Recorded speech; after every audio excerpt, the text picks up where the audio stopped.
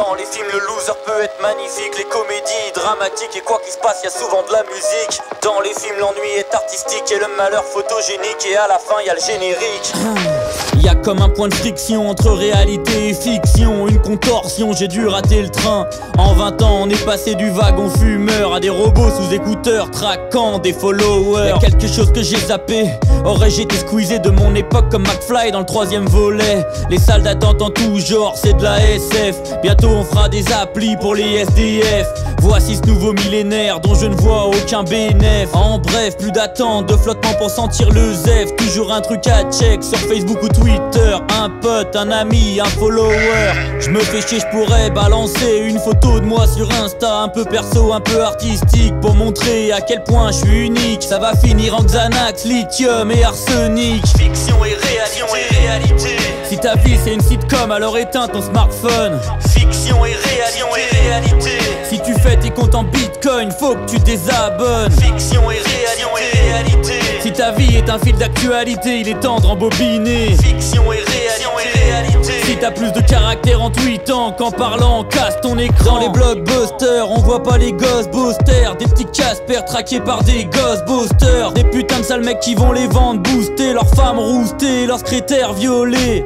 Sur la route de Madison, j'ai pas vu Clint Eastwood, mais seulement quelques fast-food, un bordel et un saloon. Sur le pont de la rivière Kwai, j'ai pas vu David Lead, mais un touriste de l'Essonne, venu voir si les tailles sont bonnes. Dans les comédies sociales, j'ai du mal à dissocier le cynisme de l'ignorance des associés qui proposent des films halal aux sauciflards, des films antiracistes pour les racelards.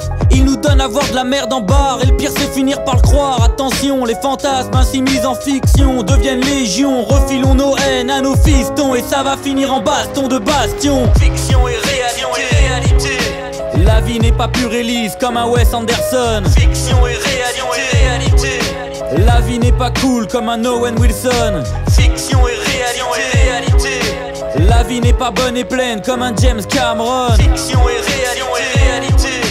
Mais elle est mortelle comme un Wes Craven. Trop de réalité ne font que théâtralité, un fil d'actualité, une télé-réalité en toute passivité. Allongé, je passe ma vie alité. Je parais apaisé, en interne agité, irrité par tout ce que je pourrais hériter si je perdais pas ma vie à la surfer. Disque dur, allumé, mémoire vive, emboîtée, externalisée comme mon corps branché sur port USB. Ce que je sais est avant tout théorique. Voici la différence entre moi et les déshérités chroniques. Je me documente à base de scènes hollywoodiennes pléthoriques, des images pas plus réalistes qu'Astérix. Des pénis entiers dans des pénitenciers, MeToo réalité, je m'y suis jamais douché. Des gangbangs indécis, des bains de sang indécents, mensonge ou vérité, je m'y suis jamais trempé. On dit que la réalité dépasse la fiction, je ne sais pas où est le point de friction. Sommes-nous dans la matrice où il n'y a point de friction, mais des fonctions et des illusions? Sommes-nous ancrés dans un écran de télévision? Des illusions, j'ai même plus l'impression qu'on nous prend pour des cons avec ce genre de dicton.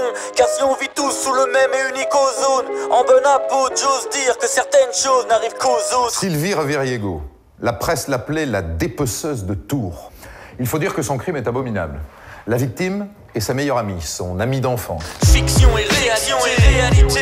Qui est l'un et qui est l'autre, qui est clean et qui est glauque, qui est la balle, qui est le glock, qui est la main, qui est la claque, qui est l'indien, qui est la traque, qui est l'arcade, qui la matraque. Elle l'a tué et découpé en morceaux. Et elle a gardé la tête dans un seau. La tête qu'elle a finalement fracassée à coups de marteau et qu'elle a fini par cuire au four, position pyrolyse, à 350 degrés. Fiction et réalité. Qui est l'un et qui est l'autre, qui est clean et qui est glauque, qui est la balle, qui est le glock, qui est la main, qui est la claque, qui est l'indien, qui est la traque, qui est l'arcade, qui la matraque.